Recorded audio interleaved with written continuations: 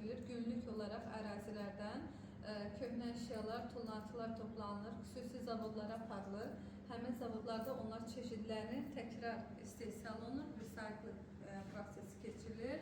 Və eyni zamanda bu muzeyi yaratmışıq ki, insanlara mesaj veririk ki, gəlin təbiəti qoruyaq, tullantılardan hətta biz sənət əsərləri yarada bilərik.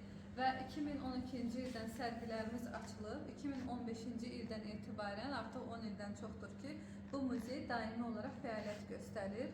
Və bu beynəlxalq sərgilər ildə bir dəfə, əsasən payız aylarında keçirilir. Və əsərlərimiz 40-dan çox dünya ölkələrindən gələn sənətkarlar tərəfindən hazırlanır. Və bu əsərimiz də Azərbaycanlı müəllifin əsəridir. Orada köhnə kağız materiallarından, qəzetlərdən istifadə olunub və insanın təkamül mərhələsi verilib. Yəni insanlar düşünərək müxtəlif hallara, düşüncələrə qapıla bilirlər və ən sonunda insan təkamül olaraq ən üst mərtəbəyə qalxa bilir düşüncələri hesabına. Növbəti əsərimiz burada İsrailli müəllifin əsəridir. Bu metal əşyalardan hazırlanıb. Göyərçin hər yerdə dünyada sülh simvolu kimi qəbul olunur. Amma burada biz baxırıq göyərçinin qanadları sanki sınmış haldadır. Sanki göyərçin dünyaya qalxır, bir çox yerlərdə müharibələr olduğunu görür və bundan ümidsizlənərək yer səthinə enir. Növbəti əsərimiz isə Kubalı müəllifin elektron balıq əsəridir. O əslində heykəltaraşdır, amma ilk dəfə bizim sərgimizə bu formada əsər təqdim edib elektron tullantılardan. Çünki elektron məhsullar da çox tullantı yaradan, kütləvi tullantı yaradan sahədir və müəllif istəyib ki, insanların diqqətini bu problemin həllinə yönəltsin. Ən çox zarar verən şeylərdən. Təbiətimizdə təhlükə yaradır. Həm istifadəsi çox olur. Telefonlar, planşetlər, kompüterlər, bilgisayarlar istifadə edirik. Amma köhnəldikdən sonra yeni versiyonu istəyirik. Bu zaman nə olur? Onlar tullantı yarada bilirlər. Və bu müasir dünyamız məhdud resurslardan ibarətdir. Alimlər hesablayıb ki, suyun özü belə bir gün tükənəcəkdir. Və ona görə nə etməliyik? Əlimizin altında nə varsa onlardan faydalanmağı, maksimum faydalanmağı bacarmalıyıq. Növbəti əsərimiz Azərbaycanlı müəllifin əsəridir, İmran Mehdiyevin. Və bu əsər 3 hissədən ibarətdir. Bu rənglər sanki insanın beynində olan siqnallardır. Biz hər hansısa bir əşyanı, hadisəni görərkən dərhal düşünməyə başlayırıq və yeni bir düşüncə yaradırıq beynimizdə. Burada da yuxarı hissə sanki tullantılardır. Onları görürük, beynimizdə düşünürük və yenidən onu bir yeni məhsula çeviririk. Yəni, tutaq ki, sənət əsərinə və yaxud da istehsal mərhələsini cəlb edirik. Burada da balıq canlıların təsviridir. Təbiət canlılarının plastiklərdən hazırlanır. Mevlana'nın təsviridir və o təsvirində burada tikanlı tellər insan bəzən öz negativ düşüncələri ilə özünü həbsə alır, onu göstərir və qəlbi görürsünüz qorunma altındadır. İnsan daima öz qəlbini dünya girdabından qorumaq istəyir, bu onu göstərir. Növbəti əsərimiz Amerikalı müəllifin əsəridir. Disklərdən istifadə olunaraq hazırlanır və bu da kütləvi belə deyək tullantıdır, amma gözəl bir sənət əsərinə çevirməyə bacarmışdır. Və burada plastiklərdən, polietilin salafanlardan əsərlər hazırlanıb. Rusiyalı müəllifin əsəridir, Azərbaycanlı müəllifin elektron tullantılardan olan əsəridir. Bu isə əslən Pakistanlı müəllifdir, amma Amerikadan çıxış eləmişdir. İnsanlar əlində çiçəklər tutub. Bu da deməkdir ki, bəzən silah tutmaq əvəzinə biz əlimizdə çiçəklər tutsaydıq, dünyamız daha gözəlləşərdi, daha sülh içində olardı, ona mesaj verir. Növbəti əsərimiz İmadəddin Nəsimi yaradıcılığına həsr olunub. İmadəddin Nəsimi Azərbaycan şairidir və o hürufizm ideyalarının banisi idi. Və onun ideyasına görə belə bir onun məşhur kəlamı var idi. Mən əl-həq. Deyirdi ki, haqq insanın daxilindədir. Bu, həmin dövrdə ruhanilər tərəfindən qəbul edilmirdi. Yəni, ruhanilər onu daim təqib edərdilər. Amma bugün psixoloqlarımız onu sübut edirlər ki, bəli, insanın daxilində bir güc var, bir enerji var. İnsan öz həyatını idarə etmə gücündədir. Və ona görə də bu İmadəddin Nəsimi ilə həsr olunmuş bir əsərimizdir. Onu yapan kimdir? Bunu yapan Femida Anayev Rus Rusiyalı müəllifin əsəridir. Bəli. Femida əslində Yunanlarda haqq, ədalət ilahəsidir. Sanki Nəsiminin haqqı onun tərəzisində daim ağır gəlmişdi, onu göstərir. Burada isə Azərbaycanlı müəllifin əsəri var, metallardan hazırlanır. Aşağı görürük. Azərbaycanın milli simvoludur və burada isə Qobustan qayalarında olan insan qayıq təsvirlərinin imitasiyasıdır. Bu hissədə isə Qız qalası formasında olub. Ümumilikdə baxanda əsər açara bənzəyir. Ha, bir anahtar, açar. Və ona görə də əsərin adı keçmiş əsrin sirri adlanır. Belə bir ad vermişdirlər. Növbəti əsərimiz isə burada kağızlardan, metal parçasından hazırlanan okean sularının qorunması üçün həsr olunan bir əsərimizdir və böyük şəhərlərdə çox təəssüf ki, çirkab suları okeanlara axıdılır və bu da orada yaşayan fauna və floraya böyük ziyan verir. Növbəti əsərimiz Amerikalı müəllifin əsəridir. Bu əsər yonulmuş karandaşlardan hazırlanır. Yəni, baxmayaraq çox incə və kövrək tullantılardır. Hətta onu belə incəsənət əsərinə çevirməyə bacarmışdılar. Bu da insanlar üçün yeni bir mesajdır. Yəni, insan hər şeyi bacarır. Bəli, yaradılmışların ən ucaqsıdır. Belədir. Burada isə Azərbaycanlı müəllif Həmidə Məlikovanın əsəridir. Boya ilə çalışırlar. Amma burada qadınların bəzək əşyaları verilibdir. Sanki qədim bir əşyanı yeniliyə çevirmişdilər və yanan külə isə bizim ölkənin odlar yurdu olması, neft ölkəsi olmasına bir işarədir. Növbəti əsərimiz isə yenə İmadətli Nəsimi yaradıcılığına həsr olunub və burada günəş şüaları o deməkdir ki, İmadətli Nəsiminin haqqı daimidir, əbədidir, onu göstərir. Sonra növbəti əsərimiz var burada, Türkiyəli müəllifin Kallaj əsəridir. Bu əsər ağacdır. Ağacın üzərində insan təsvirləri verilib.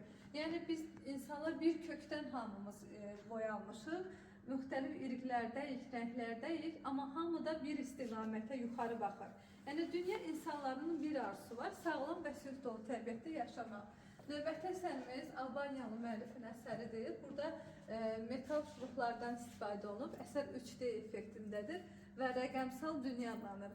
Düzdür, rəqəmsal dünya insanlara çox kömək edir, zamanı qısıtlayır.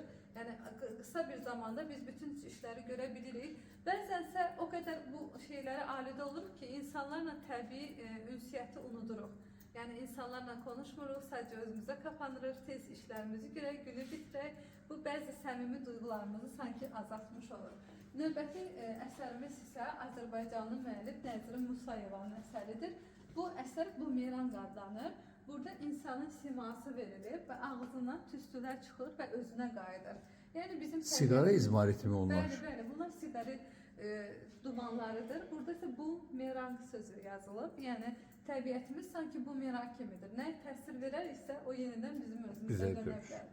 Bu isə Azərbaycanlı məşhur bəstəkar Kara Qarayevin portretidir. Okean sahillərindən toplanmış belə deyək ki, plastik tullantılardan hazırlanıb.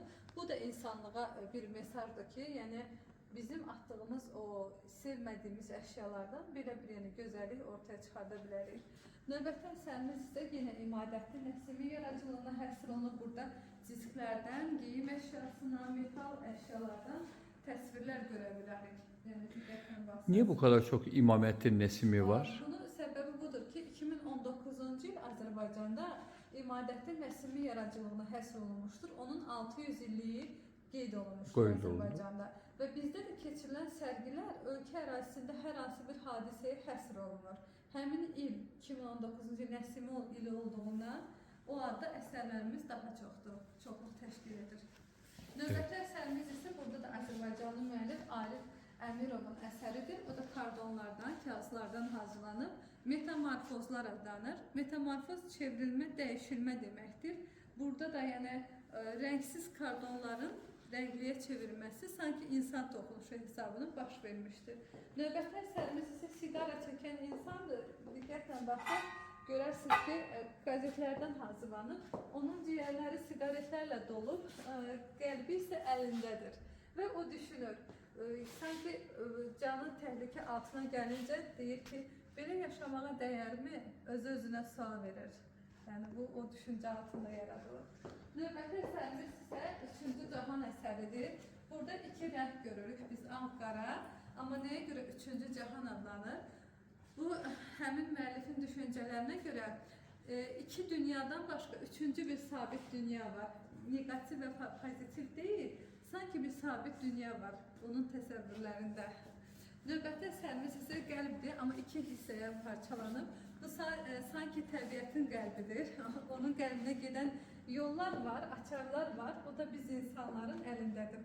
Çünki Allah bizi insanları yaradılanların ən alisi yarattı, düşüncə olaraq. Yəni digər canlılarda bu yox, heyvanlarda bu yox, amma insanlarda ən ali düşüncələr var.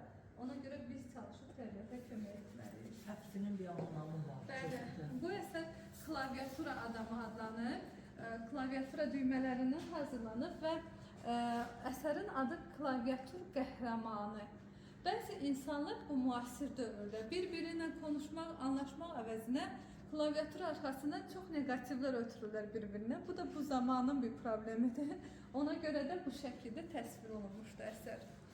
Sonra arxada isə Böyük Britaniyalı müəllifin Qarabağ atları əsəridir. Qarabağ atları bilirsiniz, dünyada ən tanınmış məşhur at növlərindən biridir və hal-hazırda həm də qırmızı kitaba onlar daxil olmuşdur. Bu əsəri hazırlayan müəllif özü heyvan skeletinin anatomiyasını çox gözəl bildiyindən o təsviri dəmirlər vasitəsilə bu əsərdə təşkil edilmişdir.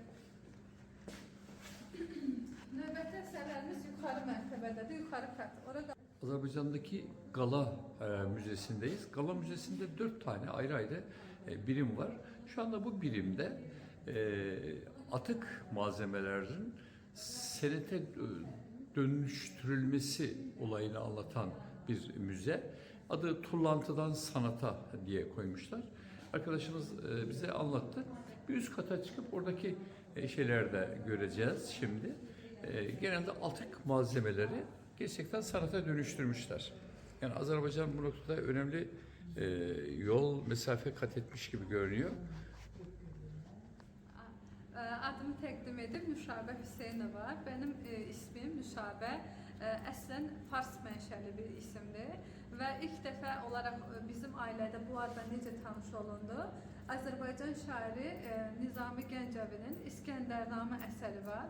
Həmin əsərdə Makedoniyalı İskəndərin gəlib Azərbaycanda Bərdə hökmdarı Nüşabə ilə bir görüş səhnəsi vardı. Həmin o əsər parçada və o əsərdə Nüşabə belə bir şeir söyləmişdi. Erkək tinətliyəm, olsam da qadın, hər işi bəllidir mənə dünyanın. Yaxşı düşünsən, sən də biraz aslanın erkəyi dişisi olmaz. Bu mənim ismimin mənası oradan götürüldüyünə görə benim babam o ismi bana vermişti. Teşekkür ediyoruz. Görüşmek üzere. O isme yaraşmak istiyorum. Tabii, çok güzel anlattınız. Yukarı hisseye de çıkalım. Olur böyle çıkalım. Neyse çiçek var. Sanki tullantılara dayan işaresi mesajını ötürür. Tamam. Şu alanı görmüş olsak yeterli bizim için. Evet. Bu hissədə isə bizim digər əsərlərimizdir. Bura baxanda yenə İmadəddin Nəsiminin portretlərini görə bilərsiniz. Onlar da muzeyin konsepsiyasına uyğun olaraq köhnə əşyalardan hazırlanmışdır. Burada kar təsviri görürük. Kar da Azərbaycanın milli musiqi alətlərindən biridir. Kar, orijinal kar əsasən tut ağacından və balıq dərisindən hazırlanır. Orada xüsusi akustika yaransın deyə. Bu karı hazırlayan usta, sənətkar araç ustasıdır, maşın ustasıdır, motor düzəldir və əlinin altında qalan köhnə metal detallardan əsərlər hazırlayır. Və bunu da Azərbaycan mədəniyyətinə həsr eləmişdir. Evet, çok güzel. Rəssamlar mənə həyəcanlı. Arabanın motoru mudur, şanzımanıdır bilmiyorum ama. Bu da Azərbaycanın ən qədim milli ornamentlərindən biridir. Biz qadınların başörtülərində və arxeoloji qazıntı zamanı tapılan keramik qablar üzərində bu təsvirlərini görə bilərik. Bu da müasir insandır, süngərdən hazırlanıb. Bir əlində mobil telefon var, amma qəlb hissəsi çıxarılıb. Yəni müasir insan bütün arzularına sürətlə çata bilir, amma əldə etdikdən sonra bəzən onların dəyərini unudur, tullantıya çevirir əldə etdiklərini. Növbəti əsərlərimiz burada da səma cisimlərinin və elektron tullantılarda Dubaydakı Burç Xəlifənin təsviri verilib. Və növbəti əsərimiz isə burada Gürcüstanlı müəllifin əsəridir. İki insanın bir-birinə sevgi göstərməsi, ətrafda isə çoxlu sayda tullantıların olması. Yəni sanki insanların sadəcə mərhəmət hissi, sevgi hissi dünyanı qurtara bilər, onun təsvirini verir. Növbəti əsərimiz isə Azərbaycanlı müəllif Nəzrin Musayevanın əsəridir. Burada ingilis dilində life, L-I-F-E hərfi yazılır. Yəni həyat ikinci dəfə tullantıya həyat verilmişdir. Növbəti əsərimiz isə bu əsərdir. Bu əsər də çox maraqlı əsərlərdən biridir. Moldovalı müəllifin əsəridir. Burada neft qurğularının təsviri verilir. Bu, şimdi siz gəldiyiniz köy Qala kəndi. Əslində inkişaf etmiş bir yer olub. Əvvəllər köy qismində olmayıb, şəhər qismində olub. Amma Nobel qardaşlarının bu köyə gəlməsi 19-cu əsrdə nefti çıxaran zaman bəzi əraziləri neftlə korlanmış hala gətiriblər, neftin çirkəb sularıyla. Və bu əsəri hazırlayan xanım həmin o ərazilərdən neftli hissəni toplayaraq əsəri hazırlamışdı ki, insanlar sanki bu ekoloji problemlə tanış olsunlar yəni. O baxımdan. Növbəti əsərimiz də Almaniyalı müəllifin əsərləridir. Burada neftli sahələrin təsviridir. Qara bir xət keçir təbiətin içindən.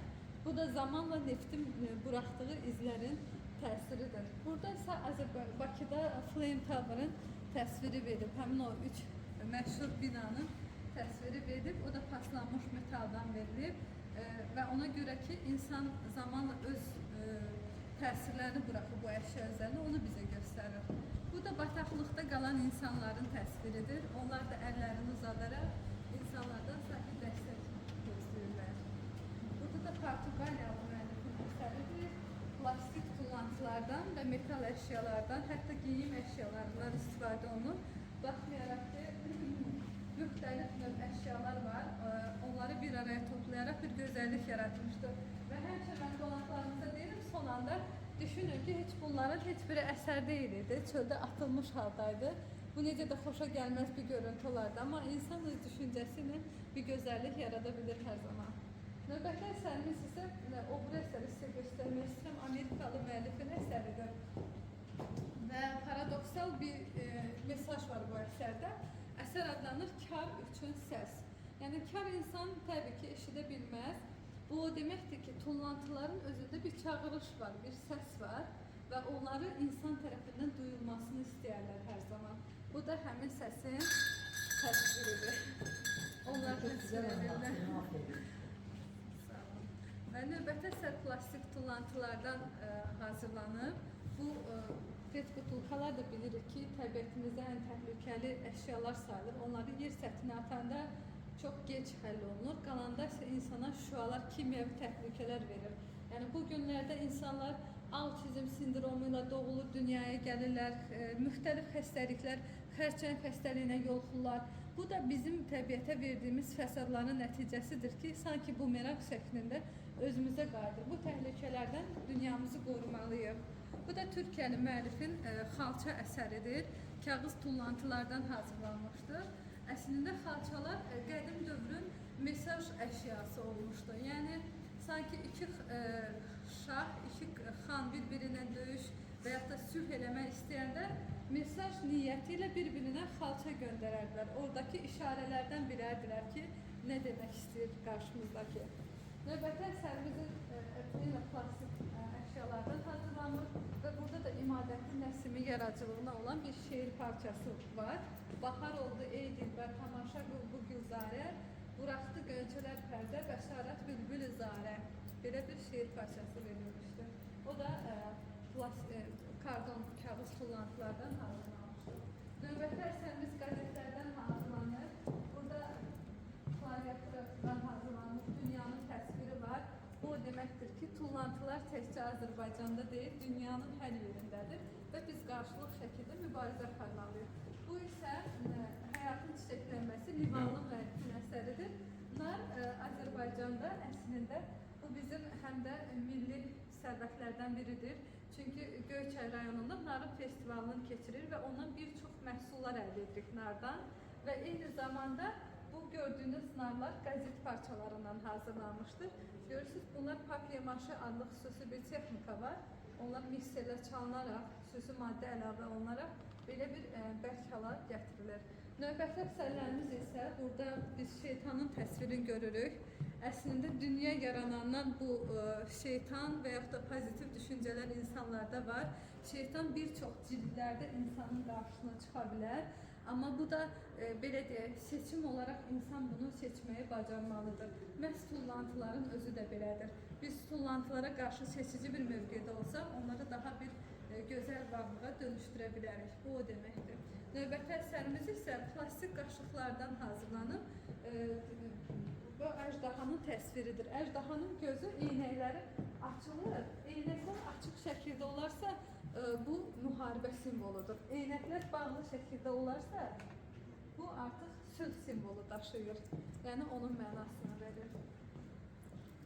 Burada da sülh gərçinidir və yenə Britaniyalı müəllifin qəzetlərdən çiçəklər əsəridir və xalçaçılıq nümunəsidir. Xalçaçılıq da Azərbaycanın ən qədim ənənələrindən, əl işlərindən biri hesab olunur.